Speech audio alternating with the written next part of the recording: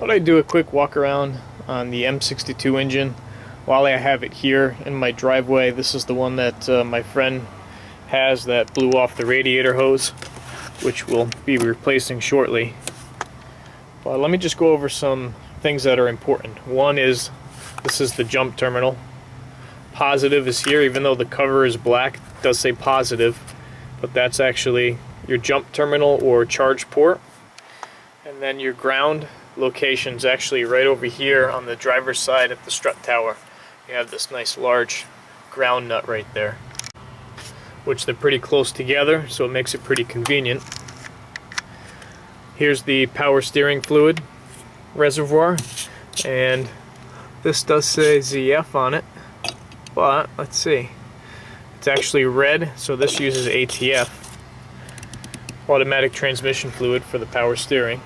And also on the driver's side, this is the oil filter housing.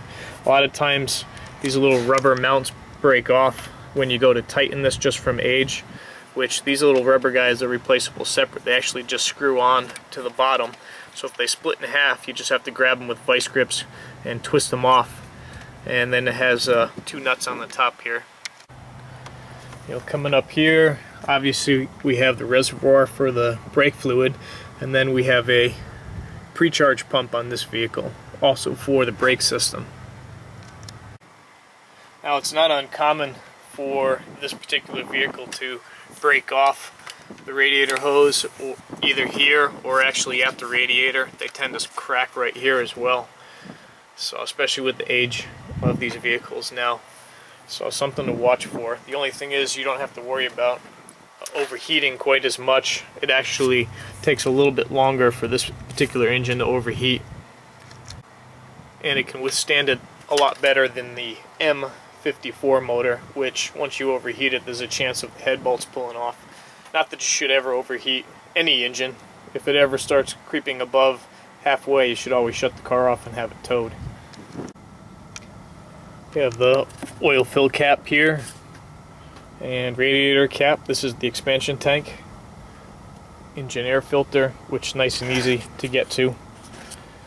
DSC control unit, and we also have the circle connector for diagnostics, and this has to be on and locked in order to pass emissions when they're scanning it. It's very common to develop an oil leak that runs back to the back and starts dripping down on the backside over here. The valley pan in the center, which, let's see if this cover's actually loose. Just lift this cover off. Normally you have to push down on these tabs here to release this cover. Sometimes they stick. It can be a pain to get this off. But this is the intake right here. Here's our throttle, and right here, underneath here, you have a gasket. And when the rear PCV plate, this is your positive crankcase ventilation unit, this unit back here, when that fails, the intake can fill with oil, and then it makes this seal in the front fail also. And the best way to fix that is what you do, an intake reseal, which is removing the intake manifold and replacing the gasket in the front and the PCV plate in the rear. Might be something that we'll be doing on this vehicle in the future. It's a secondary air vacuum accumulator.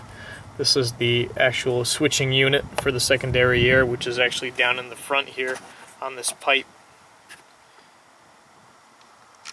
Well, let me just put this cover back on, and that's just a quick overview of this particular engine. Hope you find this helpful and useful. Thanks for watching.